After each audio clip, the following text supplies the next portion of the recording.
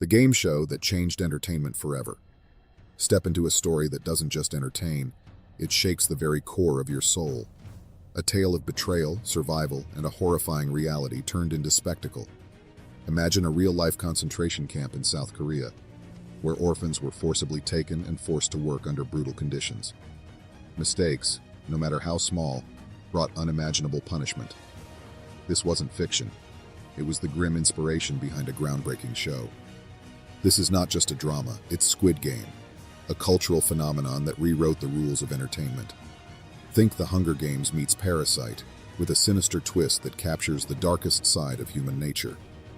But behind this dystopian masterpiece lies the story of one man's relentless pursuit of a dream. The journey of Hwang Dong-hyuk. Once upon a time, Hwang Dong-hyuk lived in a cramped apartment with his single mother, struggling to make ends meet. By day, he wrote scripts for small screenplays, and by night, he dreamed of creating something extraordinary.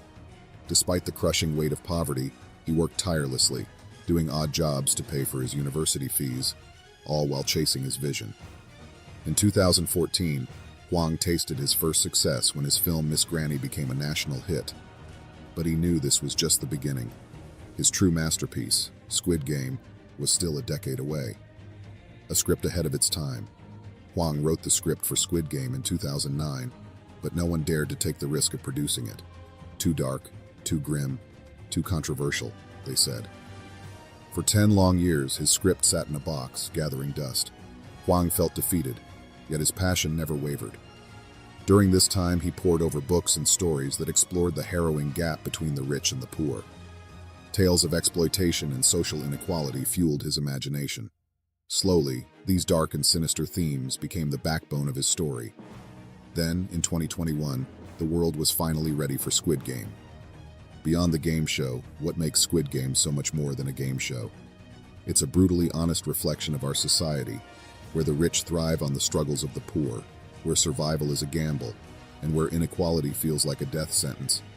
It's a mirror held up to the world, forcing us to confront harsh truths while keeping us on the edge of our seats.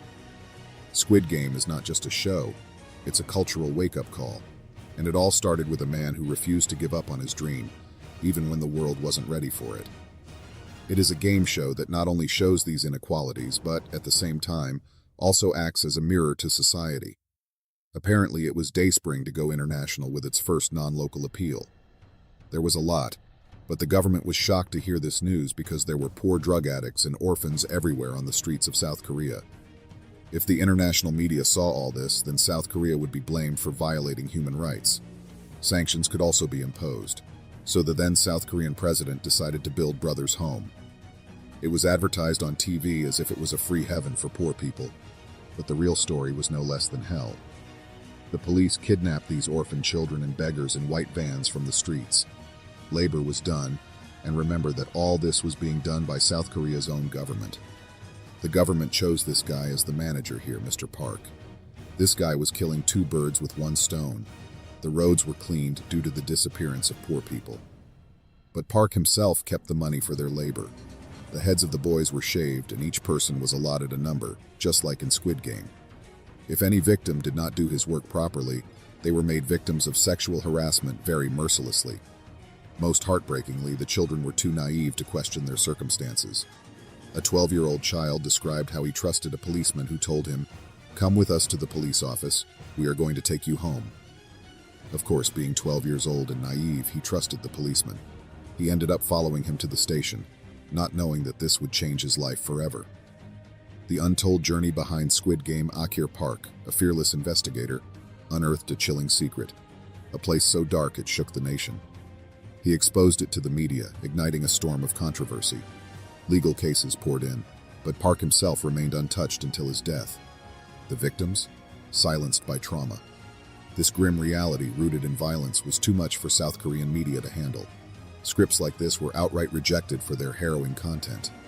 But then came Netflix, a platform unafraid to take risks. Enter Hwang Dong-hyuk. Allegations swirled that his work was inspired by the Japanese film As the Gods Will, but Hwang stood firm, asserting he conceived Squid Game in 2009, drawing from dark-themed manga that captured the despair of human survival. Critics didn't buy it, pointing out eerie similarities with earlier works. Fast forward to September 17th, 2021, the day Squid Game turned the world on its head. This wasn't just another Netflix release, it was a global phenomenon. The show shot to the top in over 20 countries. In just 28 days, a staggering 111 million people had watched it. Huang's 10-year-old script had become Netflix's crown jewel, a cultural milestone that reshaped entertainment history. But fame has its price. Activists decried the show's graphic violence, arguing it glorified exploitation. Parents and governments worried about its impact on younger audiences, sparking heated debates. For older viewers, it was a thrilling social critique. For younger ones, a troubling influence. The conversation wasn't just about the show, it was about us as a society. And then, just days after its release, something unexpected happened. Squid Game wasn't done making waves. The real story was only beginning.